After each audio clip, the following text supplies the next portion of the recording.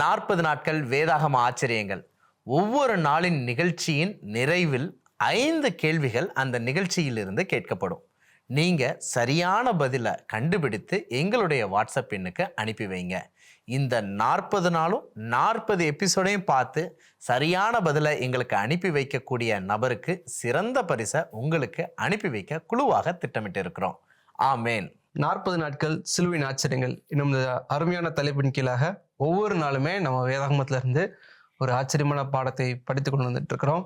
இன்னைக்கு நம்மோட இணைந்திருக்கிறாங்க நம்முடைய அருமை சகோதரர் பீட்டர் மாதவன் அவர்கள். வாங்க அவரை நாம் வரவேற்று நிகழ்ச்சிக்குள்ளாக கடந்து செல்வோம். மாதவன், இன்னைக்கு நம்ம என்ன ஒரு ஆச்சரியமான பாடத்தை படிக்க போறோம்? இன்னைக்கு 40 நாட்களும் சிலுவையின் ஆச்சரியங்களை பத்தி படிச்சுட்டு வரோம். சரி, இயேசுவின் தியாகத்தை பத்தி தியானிச்சுட்டு வரோம். விசேஷமா இன்றைக்கு சிலுவையின் நிழலில் சாட்சி கொடுத்த 100க்கு அதிபதி என்ற தலைப்பின் கீழாக பார்க்க போறோம். பிரதர், அருமை சகோதரரே, இந்த நபரை பற்றி வேதாகமத்துல எங்க குறிப்பிடப்பட்டிருக்குது? இந்த நபரை பத்தி சுவிசேஷ புத்தகங்கள குறிப்பு இருக்கு. சரி, விசேஷமா லூக்கா புத்தகத்தில் பதிவு செய்யப்பட்ட குறிப்பை முதலாவதா வாசிக்கிறேன். கண்டிப்பா வாசிக்கட்டுமா? நிச்சயமா பிரதர். லூக்கா 23 அதிகாரம் 47 வாக்கியம். 100க்கு அதிபதி சம்பவித்ததை கண்டு மெய்யாகவே இந்த மனுஷன் நீதிபரனாய் இருந்தான் என்று சொல்லி தேவனை மகிமைப்படுத்தினான். இந்த வசனத்திலிருந்து சரி, 100க்கு அதிபதி இந்த மனிதன் ரோம போர் சேவகன், யூதன் அல்ல, இஸ்ரேல் நாட்டை சார்ந்தவன் அல்ல. சரி, அவரு இயேசுவை குறித்து ஒரு சாட்சி கொடுக்கிறாரு. மெய்யாகவே இந்த மனிதன் நீதிபரனாய் இருக்கிறான் என்று ஒரு அற்புதமான சாட்சி கொடுக்கிறாரு. இதுல நம்ம பார்க்கும்போது பைபிள்ல விசேஷமா நியூ டெஸ்டமெண்ட்ல புதிய ஏற்பாட்டுல பாத்தீங்கன்னா சில 100க்கு அதிபதிகளை இயேசு பார்த்தே ஆச்சரியப்பட்டிருக்காரு. ஒரு 100க்கு அதிபதி இருந்தாரு, அவருடைய பெயர் குறிப்பிடப்படல. அவருடைய வேலைக்காரன் சுகவீனமாக இருக்கும்போது இயேசுவின் இடத்துல ஆள் அனுப்பி, நீர் ஒரு வார்த்தை மட்டும் சொல்லும், இங்க வரணும்னு கூட அவசியம் இல்லை அப்படின்னு விசுவாசத்தோடு இருக்கும்போது, இயேசு இஸ்ரவேலுக்குள்ள இப்படிப்பட்ட ஒரு விசுவாசத்தை பார்க்கலையே அப்படின்னு சொல்லி அந்த வேலைக்காரனை சுகப்படுத்தின நிகழ்வு நமக்கு இருக்கு. சரி, இயேசு கிறிஸ்துவே ஒரு 100க்கு அதிபதியின் விசுவாசத்தை பார்த்து ஆச்சரியப்பட்ட ஒரு நிகழ்வு இருப்பதை பார்க்கிறோம். அதை போன்று பெயர் சொல்லப்பட்ட ஒரு 100க்கு அதிபதி இருக்கிறாரு. அவர் யாரு அப்படின்னா கொர்நேலியு.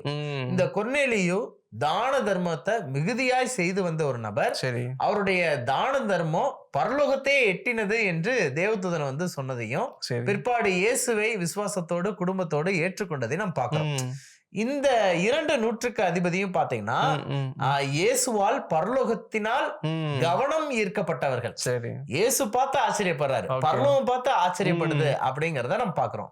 ஆனா இப்ப நம்ம பார்க்கக்கூடிய 100க்கு அதிபதி இயேசுவை பார்த்து வியந்தாரு, இயேசுவை பார்த்து ஆச்சரியப்பட்டாரு, இயேசுவை பார்த்து ஆர்வம் காட்டினாரு, சாட்சி கொடுத்தாருங்கிறத நம்ம பாக்குறோம்.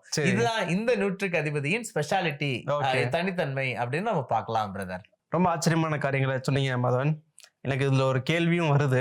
பொதுவா ஒரு நபரை இவர் நீதிமான் நம்ம அப்படி சொல்றோம் அப்படின்னு சொன்னா அவரோட சற்று நாள் பழகிருக்க வேண்டும். அப்படின்னா தான் நம்ம ஈஸியா சொல்ல முடியும் அவரு நல்லவர்ப்பா அப்படின்னு சொல்லிட்டு.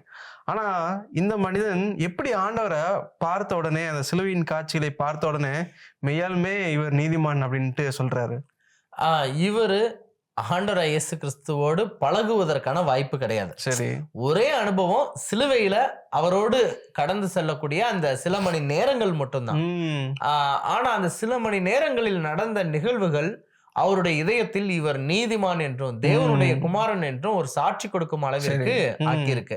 அதுல என்னென்ன நிகழ்வு நடந்திருக்கலாம் அப்படின்னா 3 முக்கியமான நிகழ்வு நடந்திருப்பதற்கு வாய்ப்பு இருக்குது. வேதமும் ஆதாரம் கொடுப்பதாக இருக்குது.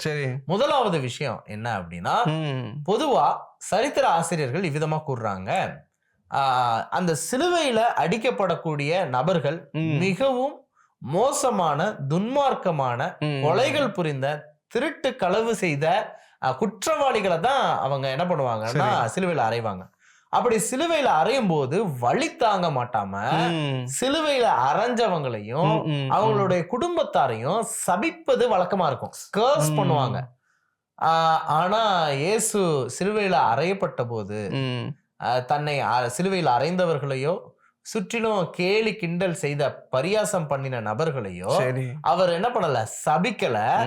மாறாக இவர்கள் செய்வது இன்னதென்று அறியாது செய்கிறார்கள், இவர்களை மன்னியும் என்ன பண்றாரு சொல்றாங்க. அப்ப இந்த விஷயம் எப்படி எல்லாரையும் மன்னிக்கிற மனசு வரும்? அப்படி பார்க்கும்போது அவர் வாழ்க்கையில சிலுவையில அடித்த எந்த குற்றவாளிட்டையும் காணப்படாத ஒரு மிகப்பெரிய நற்குணத்தை சரி. சிலுவையில இயேசுட்ட பாக்குறாரு.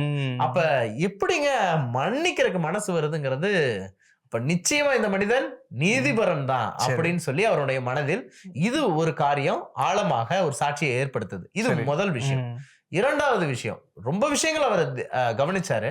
அதுல இன்னொரு விஷயம் என்ன அப்படின்னா, இப்படிப்பட்ட நபர்கள் கத்தி கூச்சலிட்டு, இந்த குற்றவாளிகளா சிலுவையில் அறையப்படுறாங்களா, அவங்க கத்தி கத்தி கத்தி கத்தி கூச்சலிட்டு அந்த எனர்ஜி, அந்த உடலில் உள்ள எல்லா ஆற்றலும், தண்ணீர் சத்தும், வெயில் உஷ்ணத்திலேயே என்னவாயிருவாங்க அப்படின்னா, அப்படியே கத்தி கத்தியே டயர்ட் ஆகி தன்னுடைய ஜீவனை என்ன பண்ணிடுவாங்க, விட்டுருவாங்க. இப்படிதான் அவங்களுடைய உயிர் என்ன பண்ணும், போகும், கத்தி கூப்பாடிட்டே போயிரும்.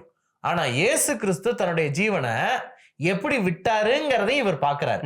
அந்த வாக்கியத்தை நான் வாசிக்கட்டுமா? கண்டிப்பா. லூக்கா 23ஆம் அதிகாரம் 46ஆம் வாக்கியம். இயேசு, பிதாவே, உம்முடைய கையில் என் ஆவியை ஒப்புவிக்கிறேன் என்று மகா சத்தமாய் கூப்பிட்டு சொன்னார். இப்படி சொல்லி ஜீவனை விட்டார். இந்த வாக்கியத்தை நீங்க பாத்தீங்கன்னா, ஆண்டவராகிய இயேசு கிறிஸ்து மற்ற குற்றவாளிகளை போன்று கத்தி கூப்பாடிட்டு தன்னுடைய ஆற்றல் எல்லாம் வற்றி போய், தன்னுடைய உடலில் உள்ள நீர் சத்தெல்லாம் வற்றி போய், ரத்தம் எல்லாம் போய் உயிரை விடல. பிதாவே, என்னுடைய ஜீவனை உம்முடைய கரத்துல ஒப்பு கொடுக்கிறேன்னு சொல்லிட்டு தன் ஜீவனை இவரே விடுறாரு. சரி. அத பார்க்கும்போது மற்ற குற்றவாளிகள் எல்லாருக்கும் நடந்த நிகழ்வை தாண்டி இயேசுவினுடைய நிகழ்வில் அவர் தான் தன்னுடைய ஜீவனை விடுறாரே தவிர அவர் ஜீவன் போகலங்கிறத பாக்குறாரு. மத்த குற்றவாளிகளும் அவங்க ஜீவன் என்ன பண்ணிருச்சு, போயிருச்சு. ஆனா இவரு தன்னுடைய ஜீவனை ஜெபம் பண்ணி பிதாவினிடத்துல கொடுத்து தன்னுடைய சுய பலத்தினாலதான் என்ன பண்றாரு, விடுறாரு அப்படிங்கறத பார்க்க முடிகிறது. இந்த விஷயம் யாருக்கு ஈர்ப்பாகவும் சம்பவித்தத கண்டதாகவும் இருக்குதுன்னா பாக்குறோம். மூன்றாவது முக்கியமான ஒரு விஷயம், இயேசு சிலுவையில் அடிக்கப்பட்ட கொஞ்ச மணி நேரத்துல இயற்கையில பெரிய மாற்றங்கள் ஏற்படுது. அந்த மாற்றங்களை எல்லாம் பார்க்கும்போது இவர் சாதாரண நபரே இல்ல, இவருக்காகத்தான் இப்படிப்பட்ட இயற்கை மாற்றங்கள் ஏற்படுதுங்கிறத யாரு கண்டு உணர்ந்து கொள்றா அப்படின்னா இந்த நூற்றுக்கு அதிபதி உணர்ந்து கொள்றார். அதை நிரூபிக்கக்கூடிய ஒரு ஆதார வசனத்தை வாசிக்கட்டுமா? கண்டிப்பா. மத்தேயு 27ஆம் அதிகாரம் 54ஆம் வாக்கியம். நூற்றுக்கு அதிபதியும் அவனோடு கூட இயேசுவை காவல் காத்திருந்தவர்களும் பூமி அதிர்ச்சியையும் சம்பவித்த காரியங்களையும் கண்டு மிகவும் பயந்து மெய்யாகவே இவர் தேவனுடைய குமாரன் என்றார்கள். இந்த வசனத்துல நான் பார்க்கும்போது இயேசு சிலுவையில் அறையப்பட்ட சில மணி நேரத்துல பூமி அதிர்ச்சி உண்டானது என்று பார்க்கிறோம். சில சுவிசேஷ பகுதியில சூரியன் இருள் அடைந்தது என்பதை பார்க்கிறோம். பிற்பாடு தேவாலயத்தின் திரைச்சிலை மேலிருந்து கீழ் வரை நடுவாக கிழிந்தது என்று பார்க்கிறோம். அப்ப இப்படிப்பட்ட இயற்கை ரீதியான காரியங்களை இந்த நூற்றுக்கு அதிபதியும் அவரோடு கூட இருந்தவர்களும் பாக்குறாங்க. அப்ப ஒரு குற்றவாளி இல்ல தீமை செய்த ஒருவனுக்காக இயற்கையெல்லாம் என்ன பண்ண போறது இல்ல, ரெஸ்பாண்ட் பண்ண போறது இல்ல. ஆனா இவரு எல்லாரையும் மன்னிக்கிறாரு, தன்னுடைய ஜீவனை இவரே கொடுக்கிறாரு. அதே நேரத்தில் இயற்கையும் இவருக்கு சாட்சி கொடுக்கிறது என்பதை கண்டு மெய்யாகவே இவர் தேவனுடைய குமாரன் தான் என்று அவர்கள் சாட்சி கொடுக்கிறாங்க. இந்த விஷயங்கள் தான் இந்த நூற்றுக்கு அதிபதிய இயேசு நீதிபரர், நீதிமான் என்பதை புரிந்து கொள்வதற்கு உதவியாக இருந்தது. இதுல ரொம்ப முக்கியமான விஷயம் என்ன அப்படின்னா, நம்மளை யாராவது நம்பணும்னா ஒரு கால அவகாசம் எடுத்து நம்மோடு பழகணும். அதே மாதிரிதான் நாமும் இன்னொருத்தவங்களை நம்ம நம்பணும்னாலும் ஒரு டைம் எடுத்து அவங்க கூட நம்ம பழகணும். இதான் யதார்த்தம். ஆனா இயேசு கிறிஸ்துவின் அந்த வார்த்தை கூட, இயேசு கிறிஸ்துவின் வாழ்க்கையின் ஒவ்வொரு சுவடும் கூட அவரை நம்புறதுக்கு சில மணி நேரங்கள் இருந்தாலே நம்பும் அளவிற்கு அவருடைய சாட்சி நீதியுள்ள சாட்சியா, உத்தம சாட்சியா இருந்தது. இதற்கு முன்பதாக அந்த நூற்றுக்கு அதிபதி அவரோடு கூட பயணிக்கவோ பேச்சுவார்த்தை நடத்துவதற்கோ எந்த விதமான வாய்ப்புமே உருவாக்கப்படல. ஆனா ஒரு சில மணி நேரங்கள்ல இயேசுவின் சாட்சி அவருடைய இதயத்தை தொட்டதாக இருந்தது. நாம நம்முடைய வாழ்க்கையில் இயேசுவை விசுவாசிக்கிறோம். நம்முடைய சாட்சி நம்மை சுற்றிலும் உள்ளவர்களுக்கு எத்தகைய தாக்கத்தை ஏற்படுத்துகிறது, அவர்களுடைய இதயத்தில் நம்மை பற்றி எவ்விதமான அபிப்பிராயம் கொண்டிருக்கிறார்கள், நாம் வழிபடக்கூடிய, நாம் ஏற்றுக்கொள்ளக்கூடிய, பின்பற்றக்கூடிய இயேசுவை பற்றி, அந்த இயேசுவின் அன்பை பற்றி அவர்களுக்கு நாம் எவ்விதமாக வெளிப்படுத்துகிறோம் என்பது சிந்தனைக்கான ஒரு ஆவிக்குரிய பாடமாக இருக்கிறது. ரொம்ப அருமை சகோதரரே. இயேசுவை பற்றி அந்த அந்த செஞ்சுரியன், அதாவது 100க்கு அதிபதி கொடுத்த அந்த சாட்சின்றது ஒரு பயங்கரமான ஒரு ஸ்ட்ராங்கான ஒரு சாட்சி கொடுத்தான். நாமும் ஆண்டவரை போல, இயேசு கிறிஸ்துவை போல வாழும் பொழுது பிறருக்கு சாட்சி கொடுக்கிற ஜீவியமாக இருப்போம் என்பதில் எந்த சந்தேகமும் இல்லை. இது போல இன்னொரு நிகழ்ச்சியில் நாங்கள் உங்களை சந்திக்கிறோம். தேவன் உங்களையும் உங்கள் குடும்பத்தையும் ஆசீர்வதிப்பாராக. ஆமேன். ஆமேன் நண்பரே. என்ன நேயர்களே, இந்த ஒரு சிலுவையின் ஆச்சரியங்கள் அப்படின்ற நிகழ்ச்சி உங்களுக்கு ரொம்பவே பிரயோஜனமா இருக்குன்ட்டு நான் கர்த்தருக்குள் நம்புகிறேன். தொடர்ந்து எங்களோட இணைந்திருங்க. மீண்டும் ஒரு நிகழ்ச்சியில் நாங்கள் உங்களை சந்திக்கிறோம். தேவன் உங்களோடு கூட இருப்பாராக. ஆமேன்.